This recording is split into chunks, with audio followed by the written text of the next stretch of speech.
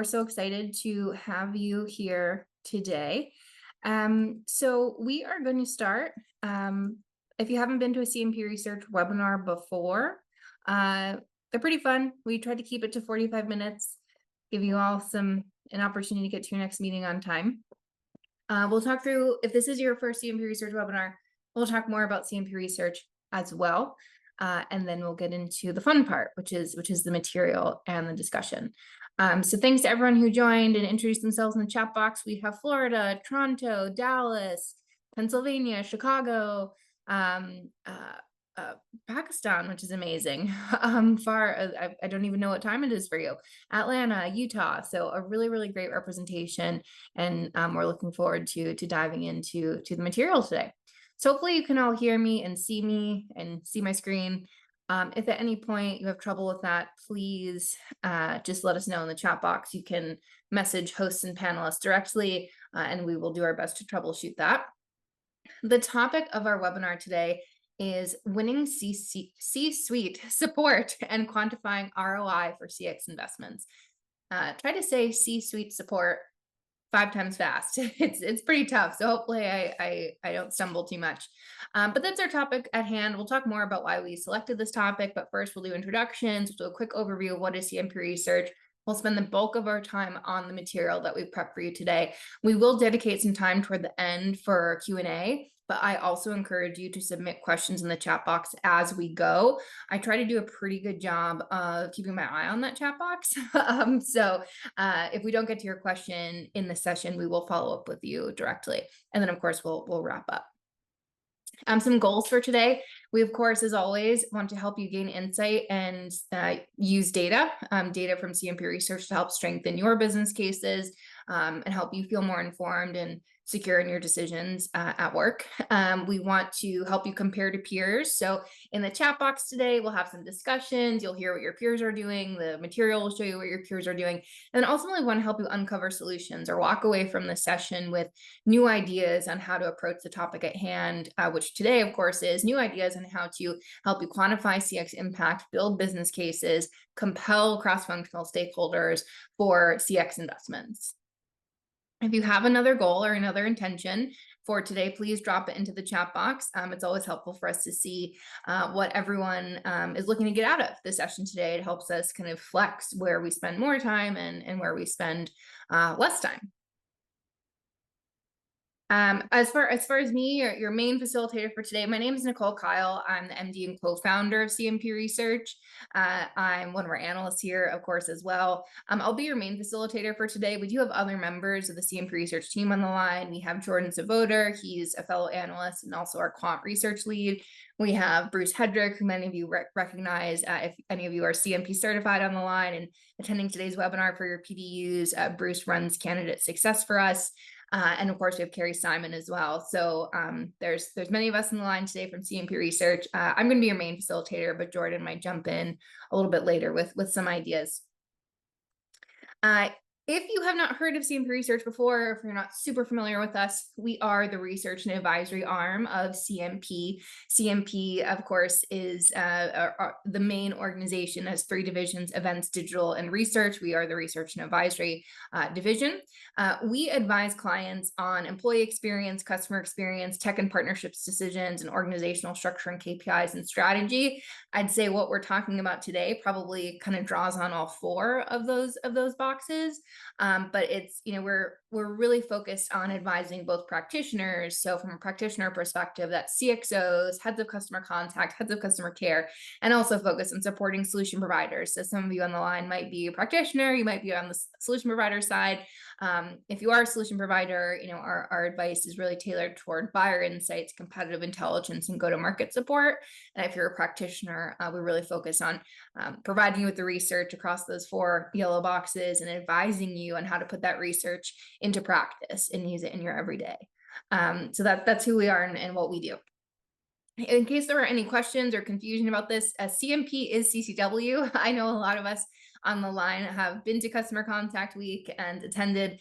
Customer Contact Week is the flagship event of our CMP events division, but I do like to draw that point of connection. If you've ever been to CCW, that is CMP. Hopefully you've seen our sessions there.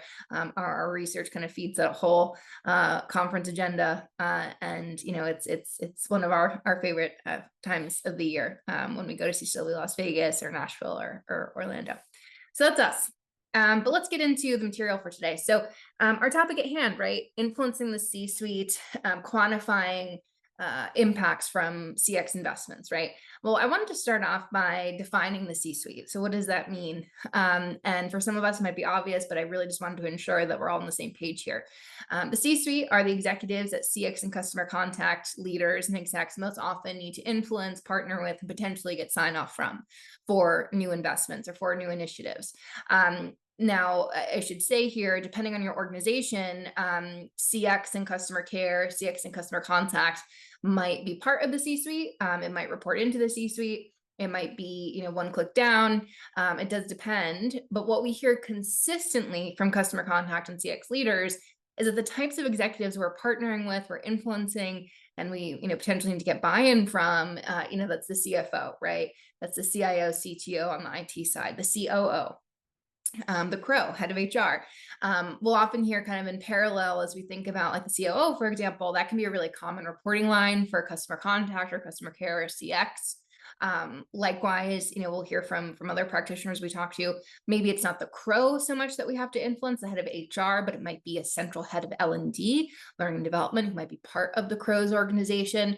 We know, especially for my practitioners on the line, customer contact, CX, call center, all the different flavors of it, we're a unique function. We're unique from other corporate functions within the business in terms of what we do and how it works and how we do it. We're very tech stack dependent, as probably every function is, but our tech stack is different, right? It holds both customer data and employee data. It is kind of the backbone for how we get work done. More and more it's cloud-based. Our talent base is different. When we think about the way our teams work, whether that shifts, it might be overnight coverage, depending on what kind of B2B or B2C context you're in, what time zone you're in. The skill set's different, right? Like to really satisfied customers, it's specialized, it's unique, it's also emotionally taxing. So we are a different function, and that means oftentimes I should say, we have to teach this C-suite about how we operate, what we do, why we're different, and communicate our value, which we're going to talk more about. So this is across the board, the most common kind of set of C-suite peers and C-suite execs that we know you all are influencing and working with. I did put a question mark there in that fifth box in case anyone wanted to add, is there a different role? Are you working closely with the head of procurement? Are you working closely with the head of shared services? We know that there are other titles there that can fall into our orbit. So I'll leave that as an open question. If there's another member of the C-suite you're working with closely or need to influence, please drop that into the chat. But just wanted to kind of get on the same page as we started here. Nice. So as we start to think about decision-making responsibility, Andrea said the CMO. Yeah, totally great point. I would probably build on that and say, maybe it's a chief revenue officer as well. And we're seeing it more and more organizations, maybe chief revenue officer, their direct reports are the head of sales and the head of marketing, and customer care falls maybe in between or is a third direct report. So yeah, increasingly matrixed for sure. On that matrix point, one of the big questions we get from our practitioner clients and from our service provider clients is how are customer contact and CX teams making investment decisions, knowing that there's such cross-functional implications and that we need C-suite support for a lot of these things. So what we've done is on the x-axis, we've shown kind of 4 typical areas of investment, typical initiatives that CX and customer contact will, of course, need: training and development, recruiting and hiring, technology purchasing decisions, and decisions about compensation and benefits or how we might change those things. And what we are showing in the color coding is the yellow represents the percentage of companies or leaders from those companies who say it's customer contact and CX. That's the function with the responsibility. The gray color represents the percentage of companies saying it's a shared responsibility between us and another function, or maybe two other functions.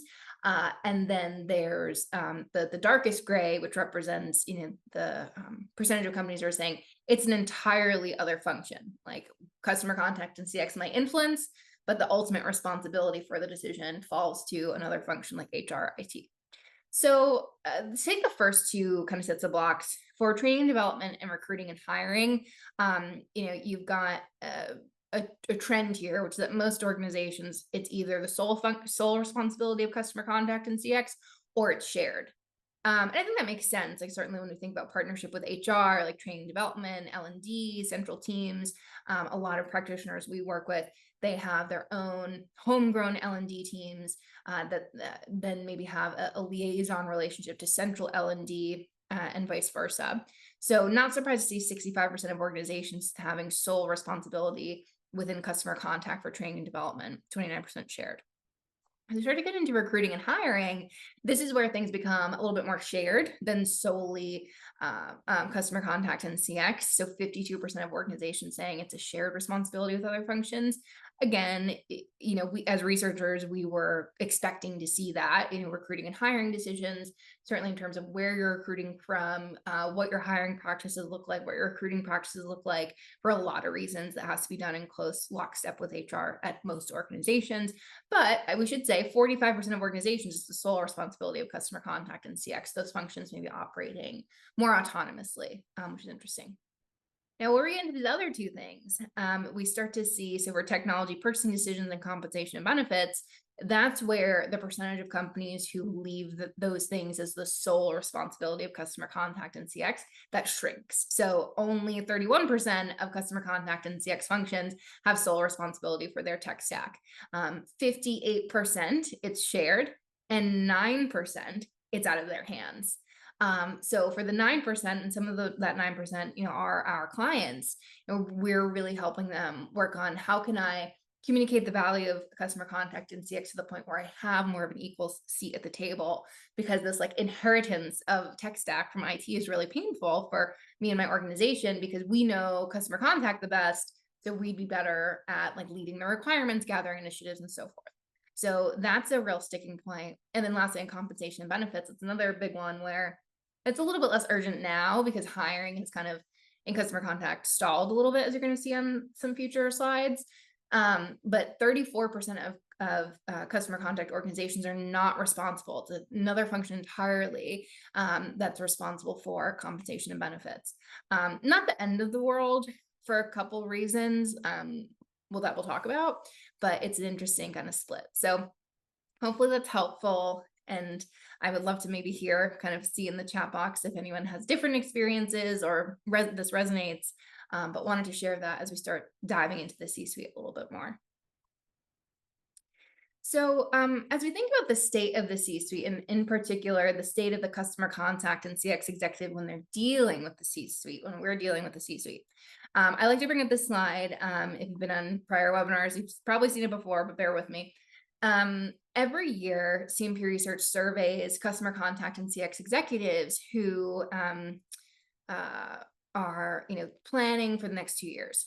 And we ask them to tell us across 19 strategic initiatives, what's most urgent for you? So we get to that question of urgency by asking them to assess how important strategic initiatives are to their overall functional goals, and also how difficult each of those initiatives is to get right. So that kind of gives us 3 emerging categories. You've got the shading in yellow, that represents the high urgency initiatives. The shading in gray is like middle urgency, and the shading in red represents relatively lower urgency, things that are less important and less difficult. So to kind of put a finer point on that, some of the interesting trends we've seen year on year is reducing costs has actually gone up 1 spot in that urgency prioritization. So that cost pressure is really there for customer contact and CX executives. It's kind of accelerating some of the C-suite support and buy-in that we need to get, because there's further scrutiny around investments because of cost pressure. There is often further central appetite for automation, maybe over people investments, because of a perceived quicker time to total cost reduction and total efficiency that CX and customer contact executives were up against. And sometimes we agree with and sometimes we don't. We have to make that case. So reducing costs is certainly important. Another one I want to circle for you here is communicating the value. So I know we kind of shorthand it here, but when we included that initiative in the survey, we're really talking about communicating the value of the customer contact and CX function, communicating the value of it to others, to our CFO, to our COO, to our head of IT, to our head of HR, head of learning. Communicating the value it wasn't on here in the previous year's survey. But the first year that it's on there, it comes in the top 10, right? It's number 8. It's middle urgency, but you can, if I were a betting woman, I would say that's going to be in the yellow zone next year, because what customer contact and CX organizations are contending with is with that cost pressure, there's a lot of eyes on call center, a lot of eyes on CX around how are you as a function contributing to the top line in addition to the bottom line? How are you helping us generate revenue, not just helping us avoid cost? How are you helping us cross-sell and upsell, not only only in quotes, not only improving customer loyalty? How does customer loyalty drive revenue? Things like that. So that's a big one. And then the last one I circled here was refreshing the tech stack. I really just circled that because we get a lot of questions about it, which is, how can refreshing the tech stack be number 9, but integrating generative AI technologies be number 4, and automating more being number 1, because you only automate if you invest in technology. Really what we were talking about there with refreshing the tech stack was a full CCaaS rip and replace, right? So refreshing the entire stack across all channels at once.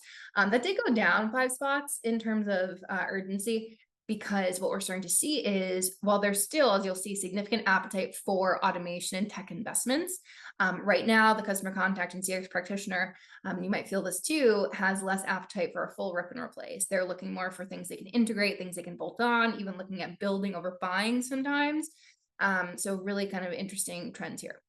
So with that cost pressure in mind, with that need to communicate the value, with tech investments being a little bit more fit for purpose and isolated rather than full rips and replace, we start to get into this question of, for you guys, in your experience, what is your C-suite most concerned with right now? Cost pressure, value of CX, impact to employee experience, or reputational risk. I really should have put an other category here, but just take a moment in the chat box. You just put in A, B, C, or D, or if you have another top concern in your C-suite, just feel free to type that in. I'm always curious to see kind of what that looks like. So I'll leave this up so you have the options, but I'll take a look at the chat box as things come in. Yeah, lots of cost pressure, lots of A I'm seeing. I also saw we had a question that it was a very good question, and now it's gone. I think the question was something like, if I'm not hallucinating, is AI contributing? Is the buzz around AI? Oh, that's it. It's in the Q&A. Okay. Is the buzz around AI driving the cost pressure? It's a little chicken and egg. The cost pressure is there kind of from like a macro economic and context. And the buzz around AI is prompting particularly your CFO, particularly your head of IT and CIO to want to be a first mover on cost efficiency. So the expectations around cost reduction and the rate of cost reduction are higher because of some buzz around AI. And that's where, and we'll talk more about this, that's where like the customer contact and CX practitioner really has to do a lot of hard work to compel them to reset their expectations, or to understand that the capital investment that you put into a technology decision, you may not recoup that in the same year, even if you're getting in that first year some deflection savings and what have you. So it's a great question. Yeah, cost and revenue pressure I'm seeing in the chat box. G&A costs, administration costs of the function from Sergey in the chat box, or in the Q&A box, which is great. Yeah, kind of the cost pressure is coming from all angles. So yeah, interestingly, no one really said D, which is good. No, one person said C. That tracks even when we look at like the executive priorities, because employee attrition has kind of stabilized and there's more appetite, generally speaking, for automation over people hiring right now. for the C-suite at least, and I'm not saying for the customer contact executive or the CX, but for the CFO and so forth, yeah, the EX has kind of fallen down the priority list a little bit. Good. Okay. So we'll keep it moving. I have a lot to say in this particular webinar, so we'll keep going. I wanted to bring up this slide just for those of you who are in that bucket of, I'm trying to build a business case for a tech investment right now, and I'm trying to influence my CIO, my CTO, my CFO to, partner with me on that. Tech investment is a top decision for CX and customer contact right now. And this chart just breaks down like where into what tech categories those tech investments are coming. So AI overall, 74% of customer contact and CX practitioners cite that as a top investment priority for them in the next 2 years. More specifically, when we start to break it out, well, what types of AI you see, like a fully self-service, fully automated chatbot, 51% of companies. So that's a top investment priority for them. 50% said customer analytics and insights, and so forth down the list. So a little bit more kind of detail for you there. One thing that we're pretty confident in, and something we're seeing across our community and across our practitioner base, is that AI investments, right? Like going back to the prior slide, 74% of us investing in AI in the next 2 years, because of the cross-functional use cases for many AI solutions. Even when you think about a chatbot, for example, your head of IT has an internal use case for chatbot, the same way you have a use case for your external customers for a chatbot. AI is really triggering a much more consensus-driven purchase. So HR, marketing, IT, ops, shared services that we all want in on investment decisions that might start in the contact center, start in customer care, or they might be starting out their own tech purchasing decision, and we might want to get in, or we might want to influence it because we don't just want to inherit, a chatbot that someone else is using elsewhere in the business. It's one of the many reasons that AI councils are on the rise at enterprises, and buying cycles are taking longer, and the market is noisier. You have more voices in the room and more voices you need to convince, which is important for our solution provider community members to appreciate as well. I wanted to kind of double click into your experiences for a moment. I'm curious, which is the hardest for you to achieve with your C-suite right now? Is it sign up for AI investments for CX? Is it sign up for AI investments for EX? Is it budget to hire more people? Is it other employee related investments like training or certification? Or is it something else? Other, please tell us what that is in the chat.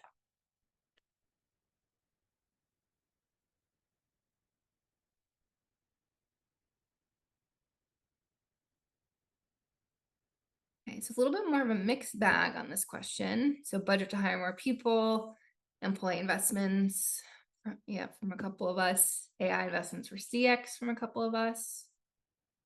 One person said AI investments for EX. Okay, so more of a mixed bag.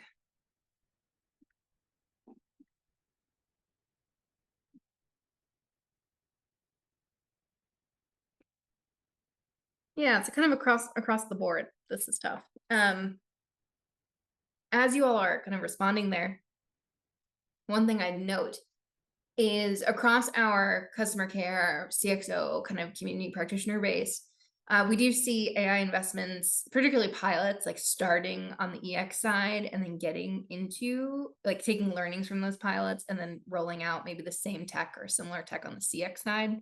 So A and B can sometimes go together, particularly when you're in the pilot phase. So given that, I wanted to just kind of double click a little bit on how your peers right now are communicating the value of the function. As we all know, customer contact, customer care is on this continuous journey of being seen as proactive rather than reactive, right? Revenue driving rather than just cost containing. And customer loyalty obviously is a big way that we communicate that story. So one of the things we try to track is how are your peers, what metric are they using to indicate customer loyalty and to tell that customer loyalty story? 36% say NPS, 34% say CSAT, 16% say customer effort score, 6% say handle time, and 8% say some other metric. We this has been, I mean, I don't think we're shocked to see NPS and CSAT as the top two. Nearly, 2/3 or over 2/3 of leaders still relying heavily on NPS and CSAT to tell their customer loyalty story. As researchers, we're working on, okay, what's the next metric, and more to come there. But increasingly, as we see customers, placing more value on their own time and their time being respected, like we as a research team are pretty interested in effort score and handle time, actually, or cycle time for a contact, right? Because with now more multimodal customer contact and customer care approaches, the time to resolution might be broken up over a longer period of time, but it's okay because that customer time spend is lower. So, kind of more to come here, but if you are using NPS and CSAT to tell your customer loyalty story, you're not alone. Within that customer loyalty story, those typically come up when we're trying to build business cases with, to persuade our head of HR, to persuade our CFO, and so forth.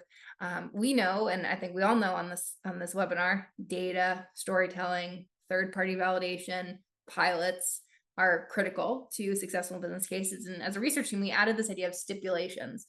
And really what that just means, in a little bit of a transition, is before we embark on a business case, before we embark on a pilot, getting investment for a pilot, we need to make sure that now, as we're a more like matrixed set of executives here, we're speaking the same language. And particularly with AI, it's so easy for us to not speak the same language. You can ask 7 different executives from 7 different parts of the business, how would you define generative AI? And you will get 7 different definitions. And what we've seen as a research team, and where, our practitioner clients kind of tap us in for advice a lot of the time, is, hey, like my business case isn't resonating, or it's taking too long, things are slowing down.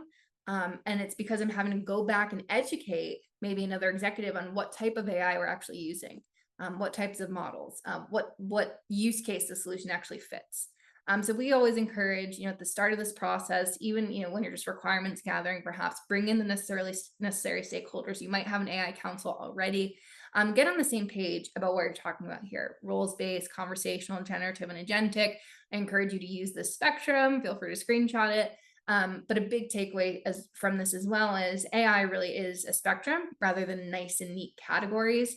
So, sometimes, and maybe a few of them line have experienced this, we can just get the directive from the COO, go explore generative AI solutions. Just do that. That's going to give us a competitive advantage. That's what's in the market. That's what's, new, maybe less new now relative to agentic.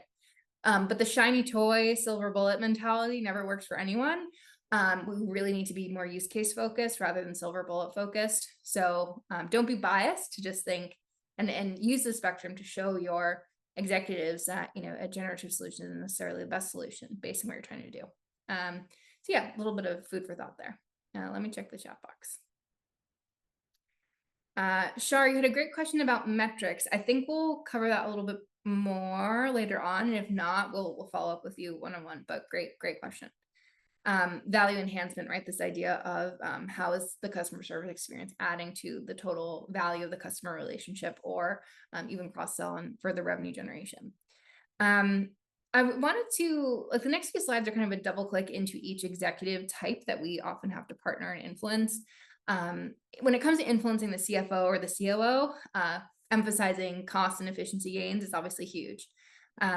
Investments in new technology, automation, self-service infrastructure, and AI, of course, they deflect more contacts from live service and they increase containment and automated channels. But framing that business case around cost savings from deflection and increased capacity for your live agents, or the benefits, the efficiency gains from containment, is absolutely key. So one of the things we've built is a self-service deflection cost savings tool. Our clients use this all the time. We help them run different scenarios. It's self-service, so our clients can use it themselves, but wanted to give you a bit of a screenshot of what that looks like.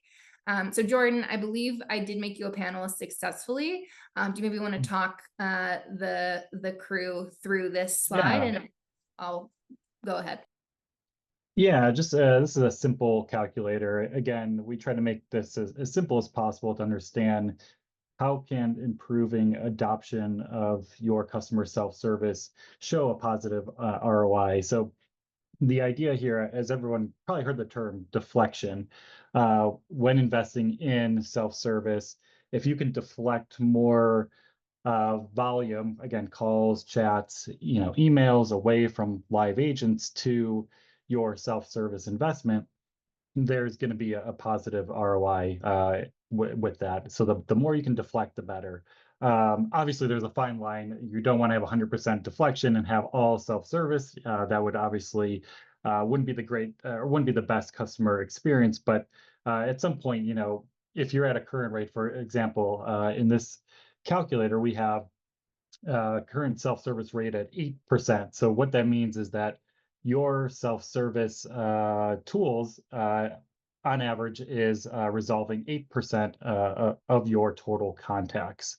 And we collect some other information in here, for example, total frontline staff, just like an estimate of how much the annual frontline wages are of those 200 frontline staff, which is equivalent to, 40,000 average salary. So the idea here in this calculator is saying, okay, I'm at 8% right now. I have an investment of $1 million in my self-service tools. How do I get a better ROI? So if I were to increase it up to 18%, for example, what that is saying is then I am deflecting 250,000 contacts away from my agents. And that's actually equivalent to 22 full-time staff. So now we can look at it, okay, how much roughly would 22 full-time staff, how much does that cost in a year? So that is basically how we're getting to this very simple deflection ROI. So in the gray bar, our total cost, so that would be self-service investment costs and your frontline agent cost on an annual basis. Now, if we can deflect going back from 8%, or if we can improve our self-service resolution rate from 8% to 18%, that deflection now is equivalent to about 880,000 savings over a year. Again, that's 22, that's equivalent to 22 frontline staff. So 22 times that 40,000 average salary, that's how we get to that number. So again, it's a very simple calculation, but it's a good way to understand, especially as you're even in with negotiations when you're investing in a chatbot or a voice bot, and you can talk to those potential solution providers and say, hey, how much can we expect to, what can we expect this voice bot to contain? Can we expect, 8%, 10%, 20%? And then you can start thinking backwards, okay, how much can that then I deflect from my live agents? As we know, some of our priorities, hiring agents is not as much of a high priority. Hiring is kind of stalling out at some point. So it's not to say that you're going to get rid of all these, maybe 22 agents in this example, but over time, maybe as agents leave, you have some of that attrition. You're not rehiring because, self-service is taking over those contacts. So yeah, just a quick example here, but happy to clarify any questions. Thanks so much, Jordan. I'm going to check the chat box now. Yeah, Andrea, it's a great comment. Additional HR savings could be factored as well because you may have lower attrition, less training, and need for fewer managers, for sure. Yeah, I think that's a great point. And that's actually a great transition point to, and thanks, Jordan, a great transition point to our next couple of slides. So we're going to talk about how to influence the HR exec, right, the CHRO. But before we do, I wanted to mention how we can best influence the CTO/CIO. And what we really hear and see consistently is that the CIO, CTO wants validated tech decisions. They really value that third-party validation around a tech solution. And that's, part and parcel of what CMP Research does. And we do this through our evaluative research, CMP Research Prism. And the CMP Research Prism is a little bit different from the other things you've seen out there, in that it's built fit for purpose for customer contact and CX executives. We use kind of feedback from you all around what investment criteria matter the most to you to build this methodology. We assess and get live demos from every single company that you see on this example Prism for auto QA and QM here. If there are some familiar names you don't see, it's just because they didn't want to participate. They didn't want to do a live demo or do an RFI. So yeah, the Prism, I would encourage you to scan this QR code to download it. It takes into account analyst evaluations, real life feedback from users, and also market confidence data. Just your peers out there, who do they perceive to be really, really strong in auto QA and QM? Who do they perceive to be maybe more of an emerging provider? So that's the prism that can help you really strengthen your case with CTOs and CIOs. We've also done an ROI calculation for conservative one for the annual savings from making your tech purchasing decision with Prism decision support versus not. And for kind of a pretty conservative scenario, you can expect to see at least $142,000 and change saved, kind of that increased ROI on the time saved. The quicker time to ramp by using the Prism methodology and the Prism resource in making your tech purchasing decision. So kind of pays for itself in that sense. Quick poll question for you guys.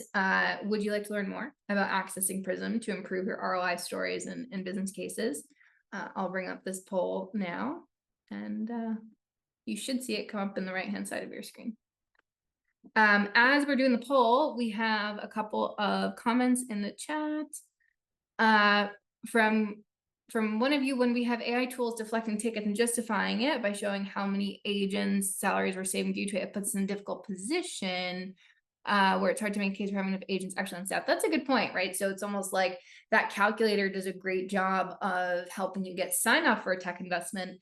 But then how do you maybe then build the business case for I still need additional people support? I mean, because the contacts we're now dealing with are all complex or more complex.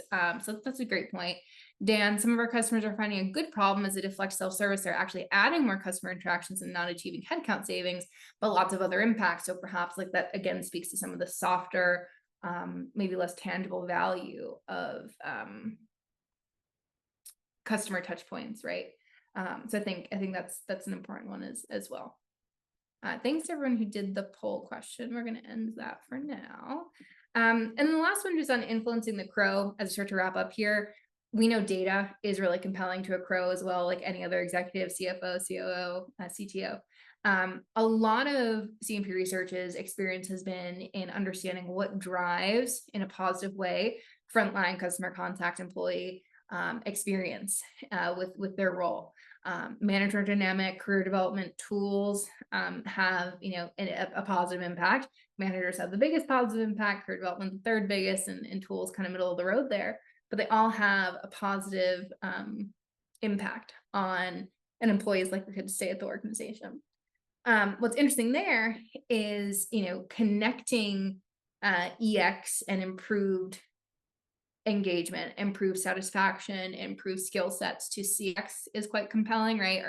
Our research shows that employees who are satisfied with their job are twice as likely to overperform on CSAT.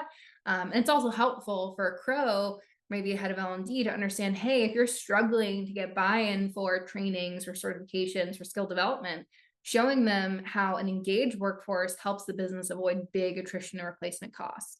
If anyone's interested, we've actually built an attrition calculator, basically showing what is the cost of the business as your employees attrite or leave because they are disengaged.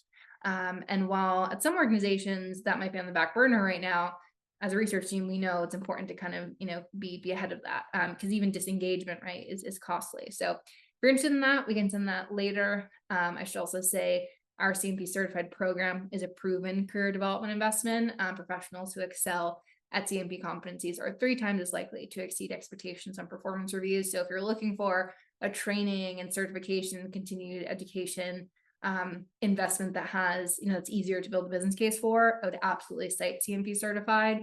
And if you're interested in learning more about that, you can respond to this poll question.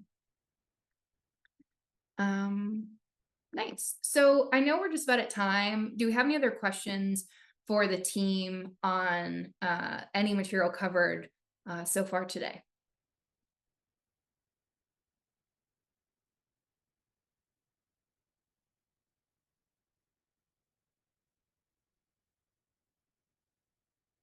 Okay, well, if there are no questions, I would just kind of wrap up by saying, I really hope what you're taking from this webinar today is a sense of how to tailor conversations to each executive type. If you're not working with the C-suite directly yet, one day you probably will be, or one day your team member, your boss might ask for your help in building a business case that's going to reach one of these executives. So I hope this has been helpful.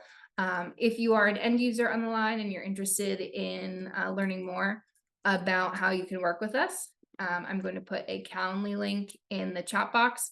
And likewise, if you're a solution provider and interested in participating in the Prism, which by the way is free to do, we have all types of tech categories: auto QA/QM, real-time assist, chatbot, voice bot, everything.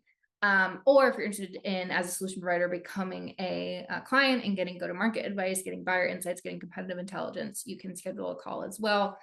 Those Calendly links are in the chat.